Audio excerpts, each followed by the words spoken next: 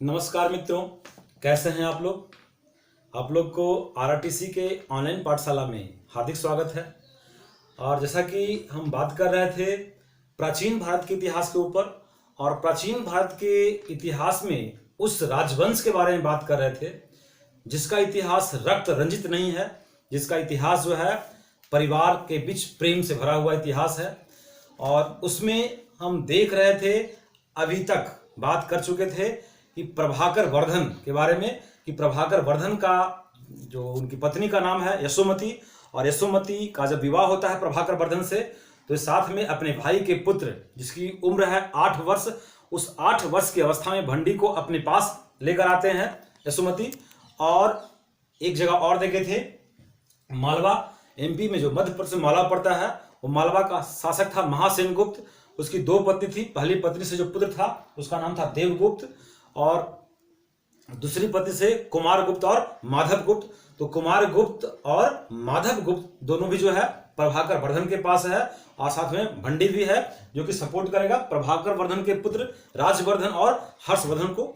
और चूंकि प्रभाकर वर्धन की पुत्री जो है राजश्री, उसका विवाह जो है कन्नौज के मौखरी वंश के शासक ग्रह वर्मा के साथ हो चुका है, ये भी हम लोग देख चुके हैं। अब देखिए प्रभाकर वर्धन, ये प्रभाकर वर्धन जो वर्धन वंश के शासक हुए, तो प्रभाकर वर्धन महाराजाधिराज और परम भट्टारक का उपाधि धारण किए थे। महाराजाधिराज और परम भट्टारक का उपाधि धारण किए थे प्रभाकर वर्धन। प्रभाकर वर्धन को हून हरिण केसरी, प्रभाकर वर्धन को हून हरिण केसरी भी कहा जाता है। अर्थात हून हरिण केसरी का मतलब होता है हून रूपी हरिण के लिए सिंह के समान, हून रूपी हरिण के लिए सिंह के समान, हून हरिण केसरी, हून रूपी हरिण के लिए सिंह के समान। फिर उनको गुर्जर परजागर भी कहा जाता है। गुर्जर परजागर, गुर्जर परजागर का मतलब होता है गुर्जरों को नींद हराम करने वाला। गुर्जर परजागर का मतलब गुर्जरों को नींद हराम करने वाला। फिर उनको लाट पाट बपाट चचरो भी कहते हैं। लाट पाट वपाट चचरो, लाट पाट वपाट चचरो का मतलब होता है चंचलता को नष्ट करने वाला। उसके बाद इनको कहा गया है मालव लक्ष्मी लता परसु, मालव लक्ष्मी लता परसु, यानी कि मालवा की लक्ष्मी रूपी लता के लिए, मालवा की लक्ष्मी रूपी लता के लिए कुल्हाड़ी के समान कहा गया है। और फिर इनको सिंधु राज भी कहा गया है, अर्थात सिंध राज के लिए जोर के समान, सिंध राज के लिए जोर के समान कहा गया है। उसके बाद देखेंगे इनके ऊपर प्रभाकर वर्धन के बारे में, कि प्रभाकर वर्धन जो देखे ये हमेशा हुनों से झगड़ा करते रहते हैं। और प्रभाकर वर्धन जब जीवन के अंतिम समय में, अंतिम दौर गुजर रहा है इनका, उस समय हुन जो है फिर आक्रमण करता है भारत के ऊपर। तो प्रभाकर वर्धन अपने बड़े पुत्र राजवर्धन को बोलते हैं कि तुम जाओ और हुनों को डटकर मुकाबला करो, हुनों से डटकर मुकाबला करो, और उनको बतला दो कि अभी मैं बुढ़ा हुआ हूं, मेरा पुत्र अभी है राजवर्धन। जब राजवर्धन हुनों से झगड़ा करने के लिए, युद्ध करने के लिए जाने लगते हैं, तो छोटा भाई हर्ष हाथ जोड़ता है, कहता है भ्राताश्री हमें भी आप अपने साथ ले चलो। लाख समझाने के बाद जब नहीं मानते हैं हर्ष, तो साथ में ले जाते हैं। जा रहे हैं एक विशाल सेना के साथ, राजवर्धन भी और हर्षवर्धन भी। लेकिन चूंकि हर्ष बच्चे थे, अभी उम्र 14 साल 15 साल का था, और वे जंगल में कहीं आखेट में फंस जाते हैं, और उसी बीच जो है राजवर्धन युद्ध करते हुए आगे निकल जाते हैं। अब हर्षवर्धन जो फंसे हुए हैं, तो जानकारी मिलती है उसी वक्त हर्षवर्धन को कि उनके पिताजी जो हैं वो बहुत ज़्यादा, उनकी तबीयत बिगड़ चुकी है। तो हर्षवर्धन वहाँ से लौट जाते हैं पिताजी को देखने के लिए। कई इतिहासकार मानते हैं कि जब प्रभाकर वर्धन का मृत्यु हो गया, तो प्रभाकर वर्धन की पत्नी जो है सती होने लगती है। तो हर्षवर्धन रोने लगते हैं गिड़ाते हैं अपने माँ के समान, माँ के सामने कि ऐसा ना करो, आप न मरो। अब देखिएगा, एक ऐसे शासक के बारे में बात कर रहे हैं, हर्षवर्धन के बारे में, जिसने अपने पिता को मरते देखा, अपनी माँ को सती होते हुए देखा, अपने भाई को मरते हुए देखा, अपने बहनोई को मरते हुए देखा। उस शासक के बारे में आज हम बात कर रहे हैं आपसे, यानी कि हर्षवर्धन के बारे में बात कर रहे हैं। तो जब उसके पिता प्रभाकर वर्धन का मृत्यु होता है तो उनकी माता जो है, यानी कि प्रभाकर वर्धन की पत्नी यशोमती जो है, वे चिता से आती है सरस्वती नदी के किनारे, और चिता में जो है आत्मदाह कर लेती है और सती हो जाती है। हालांकि पंडित जवाहरलाल नेहरू जो है डिस्कवरी ऑफ इंडिया में लिखे हैं कि यशोमती जो है प्रभाकर वर्धन के मरने से पहले ही, जब प्रभाकर वर्धन मृत्यु शैया पे थे, जब यशोमती को लगा कि अब ये ज्यादा दिन तक जीवित नहीं रहेंगे, तो यशोमती प्रभाकर वर्धन के मरने से पहले, विधवा होने से पहले ही जो है सती हो गई है। ऐसा डिस्कवरी ऑफ इंडिया में नेहरू जी ने लिखा है। लेकिन बहरहाल जो बात रहे, लेकिन यहां पर देखिए, अब जो है हर्षवर्धन अपने पिता को भी मरते हुए देखा और अपनी मां को भी सती होते हुए देखे। अब इस बात की जानकारी मिलती है राज्यवर्धन को, तो राज्यवर्धन जो है वहां से भागे भागे आते हैं, और जब देखते हैं कि पिता का मौत हो चुका है, मां भी सती हो चुकी है, तो वहां पे राज्यवर्धन जो है वे अस्त्र शस्त्र त्यागते हैं और कहते हैं कि अब हम संन्यास लेंगे, अब हम राजपाट नहीं करेंगे। छोटा भाई समझा रहा है, सारे मंत्रीगण समझा रहे हैं, पूरा प्रजा समझाने पर तुला हुआ है, लेकिन राज्यवर्धन मानने को तैयार नहीं है। वे कह रहे हैं कि अब हम जो है संन्यास ले लेंगे। इसी वक्त देखिए कहानी कैसे करवट लेता है। इसी वक्त खबर आता है कि उसकी बहन कहां ब्याह गई थी, बहन ब्याह गई थी कन्नौज के मौखरी राजवंश के शासक ग्रह वर्मा के साथ। तो चलता है पता कि ग्रह वर्मा का जो है मालवा के शासक देवगुप्त, याद है मालवा के शासक था, दो विवाह किया था। एक बड़ी पत्नी जो थी, पहली पत्नी, उससे देवगुप्त हुआ, और दूसरी पत्नी से कुमारगुप्त और माधवगुप्त हुआ था। तो कुमारगुप्त और माधवगुप्त प्रभाकर वर्धन के पास रह रहा था, और देवगुप्त जो है मालवा का शासक बन बैठा है।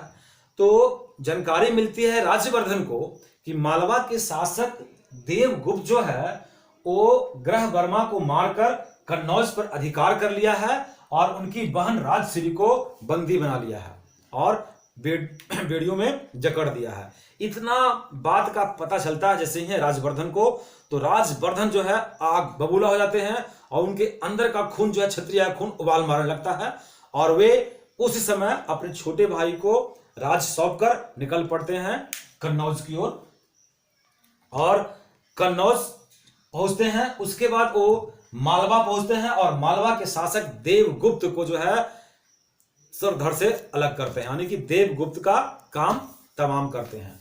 जैसे ही राज्यवर्धन मालवा के शासक देवगुप्त को मारते हैं, जब देवगुप्त को मारते हैं राज्यवर्धन, तो याद रखिए राज्यवर्धन अपने साथ हर्षवर्धन को नहीं ले गए। हर्षवर्धन भी जाना चाह रहा था कि हम भी चलेंगे अपनी बहन के पति का बदला लेने के लिए, और बहन को बेड़ियों की जो बंदी बना लिया गया है, जकड़ दिया गया है, कैद खाने में रख दिया गया है, वहां छुड़वाने के लिए हम भी आपके साथ चलते हैं। बट राज्यवर्धन जो है हर्षवर्धन को कहते हैं कि तुम यहीं रहो, और साथ में भंडी जो कि मामा का बेटा है, भंडी को लेकर जाते हैं। अब देखिए, अब जैसे ही राजवर्धन मालवा के शासक देवगुप्त को मारते हैं, तो देखिए यहीं पर है बंगाल, और बंगाल का शासक कौन है, गौड़ शासक है शशांक। अब शशांक के सपोर्ट से ही मालवा का शासक देवगुप्त जो है, इस शशांक के सपोर्ट से ही कन्नौज के मौखरी शासक ग्रह वर्मा का हत्या किया था। तो देवगुप्त का हत्या हो जाने के बाद अब गौड़ शासक शशांक को लगता है कि ऐसा न हो कि राज्यवर्धन हमें भी मार दे, इसलिए गौड़ शासक शशांक जो है राज्यवर्धन के पास जाता है और उसके चरणों में गिरकर रोने लगता है, और बोलता है, एक झूठी कहानी में राज्यवर्धन को फंसाता है, और कहता है, अपनी पुत्री के बारे में बताता है कि मेरी पुत्री जो है, उसका नाम बतलाता है, और कहता है कि मेरी पुत्री जो है आपकी प्रेम में है, और वो आपसे विवाह करना चाहती है और हम भी चाहते हैं कि उसका विवाह आपसे हो जाए। अब देखिए, अब ये जो राज्यवर्धन है वो पहले से ही उस लड़की को चाहते थे। अब उनकी मन में इच्छा हुई कि जिस लड़की को मैंने कभी ख्वाबों में देखा करता था, आज उसका पिता स्वयं आकर मेरे पास आकर गिड़गिड़ा रहा है और कह रहा है कि आप उससे विवाह कर ले, तो इससे अच्छा अवसर नहीं मिलेगा। हालांकि शुरुआत में जो है शक हुआ था, शुरुआत में राज्यवर्धन को शक हुआ था शशांक पे, लेकिन और भंडी भी माना करते रहा कि आप न जाएं, लेकिन फिर भी राज्यवर्धन जो है गौड़ शासक शशांक के झांसे में आकर उसके महल में चले जाते हैं और छल से यानी कि कपट से गौड़ शासक शशांक जो है राज्यवर्धन की हत्या कर देता है। जैसे ही राज्यवर्धन की हत्या होता है तो वहां से भंडी भागे भागे निकलता है कि जाके यह सूचना जो है हर्षवर्धन को देंगे। हालांकि भंडी के पहुंचने से पहले ही जो है एक कुंतल नामक अश्वारोही है, कुंतल देखिएगा हमेशा नाम आता है कुंतल का, कई बार क्वेश्चन भी आया है कि राज्यवर्धन की हत्या का खबर जो है हर्षवर्धन को किसने पहुंचाया, तो एक अश्वारोही है कुंतल, तो एक कुंतल ही पहुंचा। भंडी निकला जरूर है वहां से, भंडी निकला जरूर है, लेकिन पहले खबर कौन पहुंचाया है, कुंतल, एक अश्वारोही है कुंतल। यह खबर देता है किसको, हर्षवर्धन को, कि आपके भाई को जो है धोखे से शशांक ने मार दिया है। आपके भाई मालवा के शासक देवगुप्त की हत्या कर दिए, लेकिन शशांक जो है धोखे से आपके भाई को राज्यवर्धन को मार दिया। तो वहां से जो है यानी कि थानेश्वर से निकलता है अपने सैनिकों के साथ कौन, हर्षवर्धन। कहते हैं कि हर्षवर्धन एक खास योजना बनाकर एक दिन में 8 कोस चलता था, एक दिन में 8 कोस। 8 कोस का मतलब हुआ 16 मील यानी कि 8 या 24 किलोमीटर, यानी कि हर्षवर्धन प्रत्येक दिन 8 कोस यानी कि 16 मील यानी कि 24 किलोमीटर पर डे चलता था।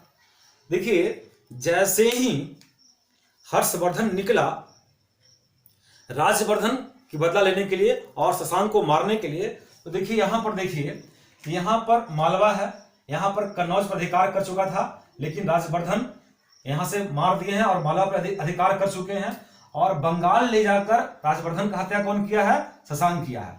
अब देखिए इधर है कामरूप, जो प्रेजेंट में असम है, वो पहले कामरूप था, और कामरूप के राजा का नाम है भास्कर वर्मन, राजा का नाम है भास्कर वर्मन। एक कहानी सुनिए, ये कामरूप का राजा जो भास्कर वर्मन है, जब ह्वेनसांग भारत आए थे तो भास्कर वर्मन जो है उनके पास सूचना भिजवाए थे ह्वेनसांग के पास कि आप मेरे के यहाँ आकर रहिए। तो कामरूप में ही आकर ह्वेनसांग रह रहे थे। उस समय हर्षवर्धन जो है कामरूप के शासक भास्कर वर्मन के पास सूचना भिजवाया कि आप जो है ह्वेनसांग को मेरे पास आने की थानेश्वर भेज दीजिए, ताकि मैं उनसे बौद्ध धर्म का लाभ उठा सकूं। तो ऐसा जानकारी मिलता है कि कामरूप के शासक भास्कर वर्मन ने कहा था कि मेरा सर धड़ से अलग हो सकता है, पर हम ह्वेनसांग को थानेश्वर नहीं भेज सकते हैं। ऐसा सूचना भास्कर वर्मन भिजवाया थानेश्वर कि मेरा सर धड़ से अलग हो सकता है, पर हम ह्वेनसांग को कामरूप से थानेश्वर नहीं भेज सकते हैं। इस पर हर्षवर्धन ने कहा था कि ठीक है, तो कामरूप के शासक भास्कर वर्मन का सर ही मेरे पास लेकर आओ, अगर वो सर देना चाहता सर ही उसका लेकर आओ। इस बात से डरकर कहते हैं कि कामरूप के शासक भास्कर वर्मन ने खुद ह्वेनसांग को हर्षवर्धन के पास ले गया था।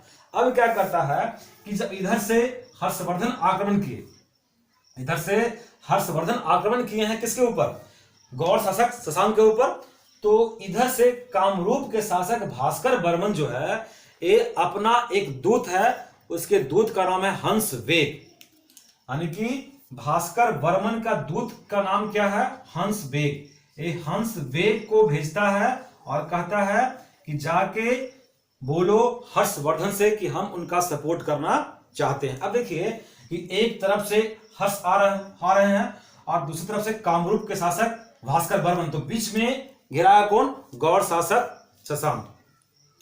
अब दोनों का संयुक्त जो सेना है एक दूसरी ओर से आक्रमण कर रहा है, उसी वक्त पता चलता है और आकर भंडी बोलता है, आकर चलता है पता और भंडी मिलता है उनसे रास्ता में। क्योंकि पहले खबर कौन दिया है? कुंतल, एक अश्वारोही दिया है, और भंडी मिलता है हर्षवर्धन से और आकर बोलता है कि आपकी बहन जो है, यानी कि बहन कौन है? बहन राजश्री, वो जेल से छूट गई है और भाग के आत्मदाह करने जा रही है।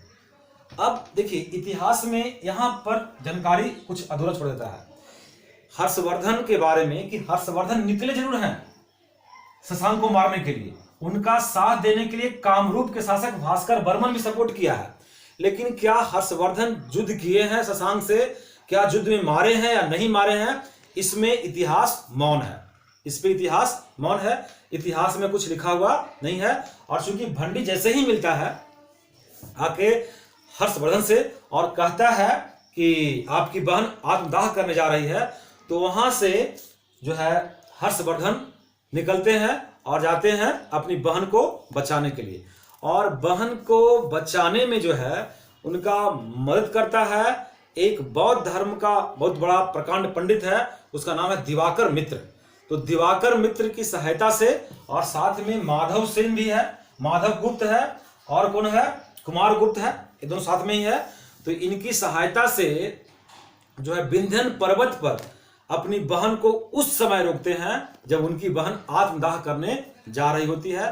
तो उस समय भास्कर वर्मन और हर्षवर्धन, साथ में माधव गुप्त और साथ में बौद्ध धर्म के प्रकांड पंडित दिवाकर मित्र की सहायता से अपनी बहन राजश्री को बचाकर लाते हैं।